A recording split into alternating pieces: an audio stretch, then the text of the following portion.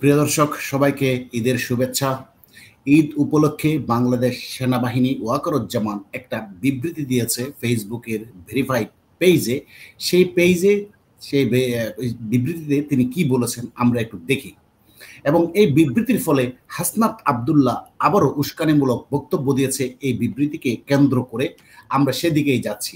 এখানে সেনা প্রধান বলতে চেয়েছেন, পবিত্র ঈদুল আজহার আনন্দ ঘন মহামান্বিত এই ঈদের উপলক্ষে দেশ ও দেশের কর্মরত বাংলাদেশ সেনাবাহিনীর সকল জুনিয়র কমিশন অফিসার, সকল পদবীর সৈনিকদের, অসামরিক কর্মকর্তা কর্মচারী বৃন্দ, তাদের পরিবারকে আন্তরিক ঈদ মুবারক।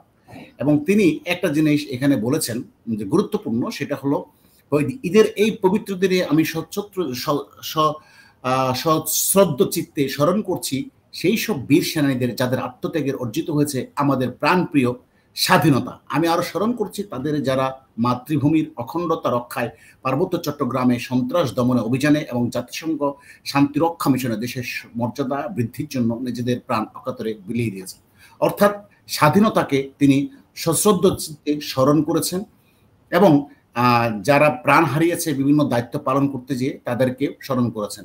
কিন্তু তিনি এখানে কোনো জুলাই সন্ত্রাসের কথা, যেটা জুলাই বিপ্লব বলে তথাকথিত এই সমস্ত জুলাই বিপ্লবধারীদের বক্তব্যের সাথে বক্তব্য বলেনি, অর্থাৎ জুলাই সন্ত্রাসের কথা বলেনি। তাই হাসনাত আবদুল্লাহ এবারেও সেনা প্রধানের উপরে খেপে গেল, সেনাবাহিনীর উপর খেপে গেল। তিনি এই বক্তব্যের কমেন্টের ঘরে মন্তব্য করেছেন, এই বয়ানে জুলাই নাই। হাসনাত আবদুল্লাহ, আতার হালদার, আপনি কি দেখতে পাচ্ছেন এই বয়ানে জুলাই নাই? তার মানে এটা কি আমরা বলতে পারি সেনা প্রধান আসলে সেই জুলাই, তথাকথিত জুলাই অভ্যুত্থান, আমরা যেটাকে বলি জুলাই সন্ত্রাস করে দেশকে ধ্বংস করে দেওয়া, সেটাকে তিনি আত্ম উপলব্ধি করতে পেরেছে যে আসলে জুলাই নামক যে সন্ত্রাস, সেইটাকে ইতিহাসের পাতায় স্থান দেওয়ার কোনো যোগ্যতা এটা নাই। এবং যারা জুলাই বিক্রি করে খাচ্ছে হাসনাত আবদুল্লাহ সার্জিসরা, তারা কিন্তু সেনাবাহিনীর সাথে বারবারে তাদের মুখোমুখি অবস্থান আবারও স্পষ্ট প্রমাণ করলো যে সেনা বাহিনীর যে বক্তব্য প্রত্যাখ্যান করে জুলাই বয়ানে নাই। অর্থাৎ এই হাসনাত আবদুল্লাহরা মুক্তিযোদ্ধাকে কোনোভাবেই স্বীকার করতে চাচ্ছে না। কারণ হলো 1971 সালে এই সমস্ত রাজাকার শাহবুকদেরকে ডাস্টবিনে নিক্ষেপ করেছিল বঙ্গবন্ধু শেখ মুজিবুর রহমান যুদ্ধের মধ্য দিয়ে। এখন তারা জুলাইকে দিয়ে স্বাধীনতাকে, অর্থাৎ 71 সালকে ভুলিয়ে দেওয়ার একটা ন্যারেটিভ দাঁড় করানোর জন্য চেষ্টা চালাচ্ছে, যে সেনা প্রধান বুঝতে পেরে সেটাও সে এড়িয়ে যাচ্ছে, যদিও তার চাকরির কারণে মাঝে মধ্যে তাকে বলতে শোনা গেছে।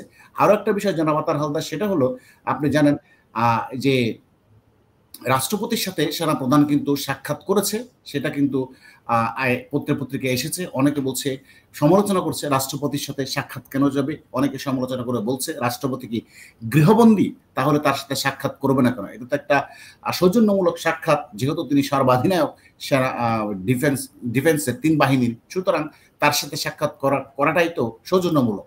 এবং তিনি ইউনূসের সাথেও সাক্ষাৎ করেছে। অনেকে বলছে সেনা প্রধান ইউনূসের সাথে মিলেমিশে একাকার হয়ে গেছে, যেহেতু সেনা প্রধানের বাবা রাজাকার, সেও রাজাকারের সন্তান, তারা মিলেমিশে একাকার হয়ে গেছে। সার্বিক বিষয়টা যদি আপনি একটু বিশ্লেষণ করতেন। ধন্যবাদ আপনাকে। আপনি এখানে প্রথমত যে বিষয়টা উল্লেখ করেছেন, আমি প্রথমে আপনার দর্শককে, চেতনা দর্শক যারা আছে তাদের সবাইকে ঈদের শুভেচ্ছা জানাচ্ছি।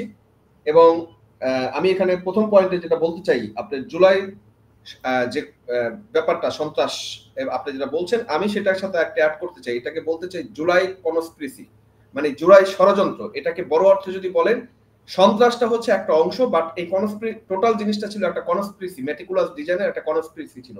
এবং ইতিহাসে এটা বাংলাদেশের জুলাই ষড়যন্ত্র হিসেবেই লিখিত থাকবে। যতদিন পৃথিবী বাংলাদেশ থাকবে, যতদিন পৃথিবী থাকবে, এটা জুলাই কনস্পিরেসি, জুলাই ষড়যন্ত্র হিসেবেই থাকবে। আপনার অবগতির জন্য আরেকটু স্মরণ করে একটু সংযুক্ত করি, সেটা হলো মাহফুজ আবদুল্লাহ ওরফে মাহফুজ আলম কিন্তু নিজেও বলেছে যে এইটা কোনো আন্দোলন না, এটা একটা ষড়যন্ত্র ছিল, একটা রেজিম পরিবর্তনে শেখ হাসিনার বিরুদ্ধে ষড়যন্ত্র করেছে, সে নিজে দায় স্বীকার করে নিয়েছে। বলেন। হ্যাঁ, এবং দায় স্বীকার সে করে নিয়েছে, আস্তে আস্তে সবাই নিবে।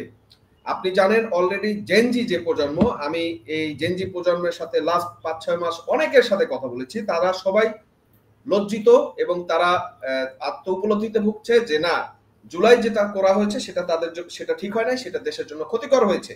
এবং এই জেনজি প্রজন্ম কিন্তু একটা বড় অংশ বা অবস্থান তাদের ছিল, তারা কিন্তু সেখান থেকে 95% কিন্তু সেখান থেকে বের হয়ে আসে। কিছু লোক রয়ে গেছে, হাসনাত আব্দুল্লাহর মতো কিছু লোক রয়ে গেছে যারা এই জুলাইকে ব্যবসা করে বা জুলাইয়ের নাম ভাঙিয়ে খাচ্ছে, চাঁদাবাজি করছে, ধান্দাবাজি করছে, দেশকে নষ্ট করছে, দেশকে ধ্বংস করছে। তারা এখনো আছে, তারা ছাড়া কেউ নাই। আপনি এখন দেখেন রাজুতে ডাক দিলে একটা লোক যায় না। কেন যায় না? কারণ এরা মানুষ বুঝে গেছে, ছাত্ররা বুঝে গেছে যে এই হাসনাত আব্দুল্লাহ, সার্জিস আলম এরা মিলে একটা ষড়যন্ত্র করে এখানে আসে এবং তারা পকেট গরম করার জন্য, তারা ধান্দা করার জন্য, নতুন নতুন গাড়ি, নতুন নতুন বাড়ি এগুলো করার জন্য তারা এখানে এসেছে। জনগণের কোনো কল্যাণে বা দেশের কোনো কল্যাণে তারা আসেনি। তাহলে সেনাবাহিনী সবচেয়ে একটা অংশ আরো সবচেয়ে দুঃখজনক ব্যাপার হলো এই যে আন্দোলনের সময় অর্থাৎ সন্ত্রাসের সময় যারা হাত পা হারিয়েছে, আহত হয়েছে, তাদের টাকাটা পর্যন্ত মেরে খেয়েছে এই সার্জিসরা, এই হাসনাতরা। বলেন। ওটা তো খাইছে, এবং আপনি গতবারে বন্যার যে টাকা 12 কোটি টাকার 10 কোটি টাকা তারা মেরে খেয়েছে এবং সেটা কোনো হিসাব এখনো তারা দেয়নি। যাই হোক, এখন আপনি আসেন রাষ্ট্রীয় প্রতিষ্ঠান, রাষ্ট্রীয় নিরাপত্তা প্রতিষ্ঠান, রাষ্ট্রীয় সার্বভৌমত্ব রক্ষার প্রতিষ্ঠান হচ্ছে বাংলাদেশ সেনাবাহিনী, বাংলাদেশ সশস্ত্র বাহিনী, বিমান বাহিনী এবং নৌবাহিনী।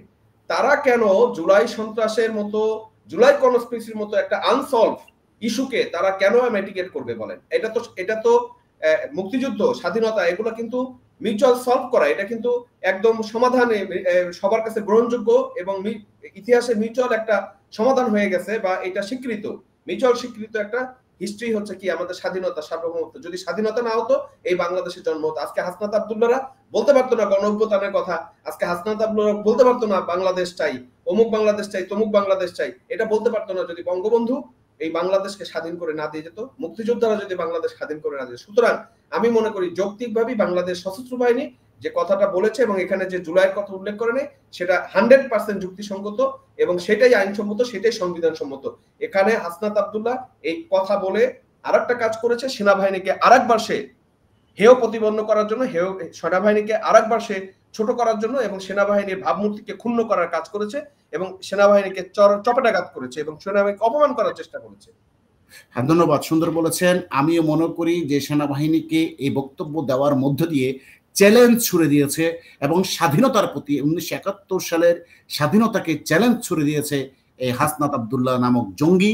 কারণ তারা এমনভাবে নেগেটিভটাকে দাঁড়া করাতে চাচ্ছে, জুলাই সন্ত্রাসকে 71-কে তুলনা করে 71-কে ম্রিয়মান করার একটা অপচেষ্টায় লিপ্ত রয়েছে জামাত শিবিরের বি টিম, ইউনূসের চেলা চামুন্ডারা এই 71-কে অর্থাৎ 71-কে খাটো করার সর্ব ধরনের প্রচেষ্টা চালাচ্ছে। তবে আমরা এটা মনে করি যে বাংলাদেশের জনগণ তাদেরকে ইতিমধ্যেই ঘৃণা করে প্রত্যাখ্যান করবে, আগামীতে করবে।